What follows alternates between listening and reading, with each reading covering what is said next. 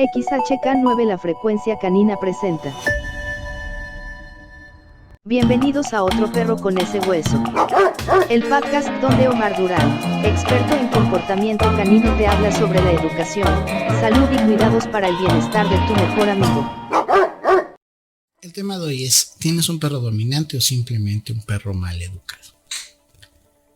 El mundo en que vivimos nos llena de lujos, comodidades y avances científicos en pro de la salud, de la educación y muchos otros temas. Pero sobre todo nos abre la ventana a la información. Y son la televisión y la internet los medios masivos que siguen principalmente educando e informando a la humanidad. Sin embargo, hemos llegado a un punto donde podemos llegar a saturarnos y no saber distinguir entre lo cierto y lo falso, lo correcto y lo incorrecto, y podernos vernos inundados y envueltos incluso en disputas y posturas diferentes sobre los mismos temas, hasta llegar a un punto de no querer saber nada. Y una característica del ser humano es debatir eternamente y buscar de manera egoísta quién tiene la razón. En este caso, especialmente en perros y cachorros, no se trata de absolutos. Este tema es muy importante, ya que la mayoría de adestradores y entrenadores hablan de la dominancia y se discute mucho sobre su existencia. En definitiva, la dominancia sí existe. Existe en todo organismo y en el perro no es la excepción, pero no es tal y como se ha interpretado. Tu perro no necesita que lo domines. Pon atención. En psicología, la dominancia significa superioridad. El término dominio se utiliza en psicología social para referirse a la disposición y capacidad, incluso la necesidad, de un individuo para asumir una función de poder respecto a los demás. El polo opuesto de la dominancia es la sumisión. Ambas, dominancia y sumisión, son características innatas en todo ser vivo. No puede existir una sin la otra y son parte de la regulación de las relaciones sociales en un grupo. No debieran ser vistas simplemente como cualidades o defectos, simplemente existen y son parte del individuo. Estas características formarán parte de la personalidad del perro, es decir, su temperamento y su carácter. Y como toda característica involucra componentes genéticos, pero también se desarrollan por influencia del ambiente y pueden manifestarse en diferentes formas y niveles de acuerdo al contexto. Tomando en cuenta las variables como la edad y oportunidades de desarrollarse, también influyen. Durante mucho tiempo se utilizaron los conceptos de dominancia y jerarquía para explicar y justificar, incluso diagnosticar equivocadamente al perro. Así, resultó que todos los perros de un día para otro en algún momento eran o se volvían dominantes y se les debía entonces someter, obligándolos a ser sumisos.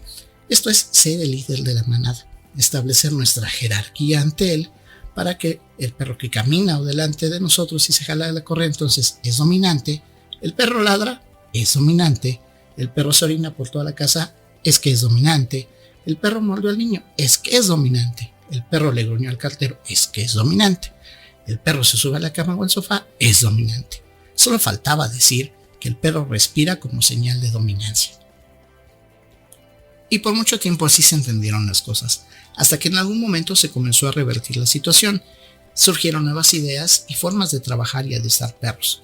Se comenzó a modificar y replantear el concepto de la dominancia, pero como nunca falta, hubo quienes vieron en esto una oportunidad de negocio o simplemente se fanatizaron y comenzaron a tirar por tierra la idea de la dominancia a toda costa. Entonces, en los últimos años, a través de artículos y notas breves en redes sociales y la internet, retomaron solo las partes convenientes de algunos estudios científicos y se han dedicado a denostar, insultar y hacer un linchamiento y escarnio público sobre quienes usan la palabra dominancia y se han dedicado a negar el factor jerárquico en lo referente al aspecto social del perro. Aunque es un poco complicado de describir y distinguir al perro dominante, sí es cierto que este tendrá una cierta tendencia a mostrar conductas que podemos considerar agresivas, mas no necesariamente será un perro agresivo. Un factor determinante para esto es la capacidad de gestión emocional que desarrolla el perro, especialmente la resistencia a la frustración, es decir, su resiliencia. Se debe enfatizar que efectivamente el sistema de jerarquías entre perros, así como el factor de dominancia, existen y son parte integral de sus procesos de socialización. Si bien es cierto que en sus procesos sociales y de comunicación el perro está relativamente más alejado del lobo y más cercano a los procesos sociales y de comunicación con el humano, sí existen y sí aplican las jerarquías. Las hay como en cualquier otro grupo social, aun cuando este grupo sea interespecie. Entonces debe haber un orden y dicho orden es importante para la educación del perro. El problema no es en sí la terminología, sino la forma en la que la entendemos y la aplicamos. Desde luego que no vamos a establecer las jerarquías golpeando al perro ni seremos los dominantes si lo tumbamos boca arriba. Definitivamente no. Aquí es donde entra la psicología del aprendizaje aplicada en perros. Si ya establecimos que ser dominante no significa ser agresivo, y por supuesto ser agresivo no significa ser dominante, entonces piensa un poco. ¿Nunca has visto un niño en la tienda de conveniencia dominar a sus alterados y frustrados padres debido a los berrinches y logrando así que le compren una golosina o un juguete? ¿Nunca has visto a dos bravucones en el tráfico gritándose y amenazando con bajarse del auto? ¿Nunca has visto cómo un cliente iracundo insulta y escandaliza en un establecimiento por un mal servicio y consigue que se le disculpen y le ofrezcan incluso la cuenta gratis o incluso logra hacer despedir a un empleado señalándolo de incompetente? En una confrontación se trata de someter a tu contrario. Es una situación de poder. Hay quienes tienen más condiciones para manejar esta situación y lograr empoderarse ante otros e imponerse.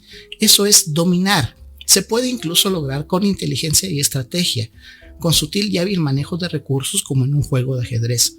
O incluso, simplemente basta con aplicar la fuerza bruta. Volviendo al caso del niño berrinchudo. Una educación consentidora, permisiva y poco congruente crea individuos caprichosos que sistemáticamente desean salirse con la suya. Este niño será no solo caprichoso, será irrespetuoso, no tendrá sentido de autoridad de los demás, será intolerante, impaciente, celoso, posesivo, no valorará lo que tiene, será despectivo y lamentablemente, si no se le pone freno, terminará sufriendo ansiedad y depresión el día que sus padres, que lo consintieron tanto, no estén para conseguir satisfacer sus caprichos y deba afrontar por sí mismo las consecuencias de sus actos. He visto perros que tienen secuestrados literalmente a sus humanos, esclavizados y atemorizados. Y no precisamente son Pitbull o Doberman, sino pequeños pero histéricos chihuahuas y muchos otros perros pasando por todas las razas y mestizajes posibles. La mayoría de las ocasiones que un perro agrede a su humano, el origen de todo está en una mala educación y una mala comunicación. En la Universidad Eötvös Loránd de Budapest, el profesor Péter Fonrak llevó a cabo un estudio acerca de la comunicación entre perros y humanos. Él y sus colaboradores consideran que tras años de domesticación, los perros mejoraron sus sistemas de comunicación con nosotros. El ladrido podría ser muestra de ello, es decir, el perro pudo haber desarrollado su ladrido para hablar con nosotros. Además, dicha comunicación no se limita a las vocalizaciones, sino que también incluye señales visuales tales como cambios en su lenguaje corporal. El descubrimiento del profesor Fonrak me confirmó algo que ya había considerado en la práctica. Las llamadas señales de calma, basadas en los aspectos de la dominancia, la sumisión y la jerarquía, mismos que la doctora Turi Rugas en su momento había revelado como el lenguaje de los perros, a partir de estudiar el lenguaje corporal de los lobos en cautiverio, estaban más que rebasadas por los perros en la actualidad. Debo aclarar que la doctora Rugas tiene todo mi respeto y consideración, cosa que tal vez ni necesita ni le importa. Su trabajo y aportaciones son y serán referente en el estudio y trabajo en el comportamiento y adiestramiento canino. Ella es quien sentó las bases para entender su sistema de comunicación, pero también debemos reconocer que día a día se sigue avanzando en este tema. Reitero, no se debe confundir ni amalgamar a priori la dominancia con la agresividad. Si bien existe una cierta correlación, esta no es la única fuente de las conductas agresivas, así que no debemos confundir la mentada dominancia con los berrinches de un perro consentido en exceso, ni confundir o utilizar como pretexto para justificar comportamientos agresivos. ni motivaciones hostiles, mucho menos para que seas el líder de la manada que debe dominarlo de manera violenta, entendiendo esto como sometimiento. Intentemos ejemplificar esto. Un cachorro bien educado, con un desarrollo óptimo, desde luego empezando por una buena nutrición desde la gestación, con una madre estable en un entorno adecuado, con los estímulos correctos, una buena socialización integral y administrando correctamente los recursos de territorio, comida y afecto, no tendrá problema en mostrar una dominancia serena y autocontrolada, sin sobresaltos ni desmedida competencia por posesión de recursos. Por el contrario, si tenemos un cachorro que crece en un ambiente donde no logra completar su periodo de impronta o educación con su madre, no lo hace de manera correcta o incluso no lo tiene, al momento de integrarse a la familia humana, llega y es bombardeado con estímulos incorrectos, sobreprotección, consentimiento. Todo esto podría desarrollar fácilmente un perfil que rete o ignore las jerarquías, que sea incapaz de comunicarse correctamente con otros, entonces tendrá poca resistencia a la frustración, lo cual lo convertirá en caprichoso, insolente, posesivo, incontrolable, con un alto riesgo de generar agresión sin autocontrol. La capacidad de controlar y gestionar el estrés y la excitabilidad es clave para ejercer una dominancia constructiva o una dominancia destructiva.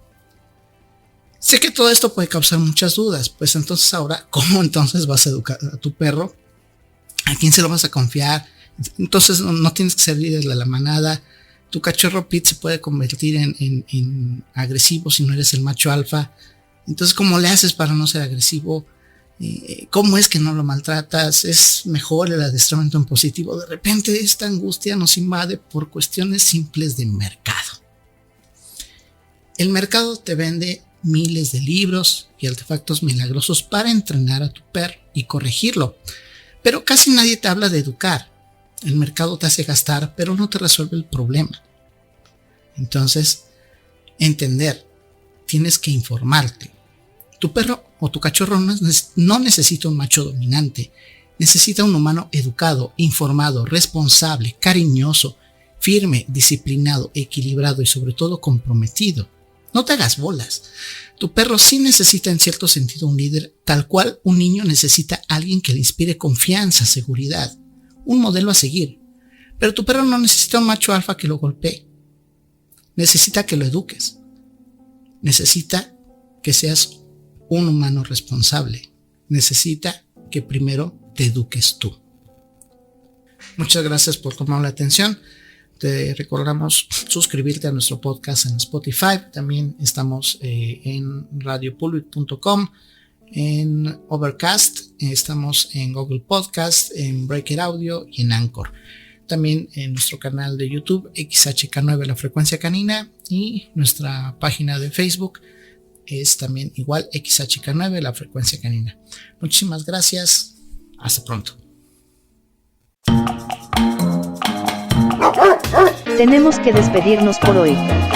Te esperamos en nuestra próxima emisión de A Otro Perro con ese Hueso. Hasta pronto.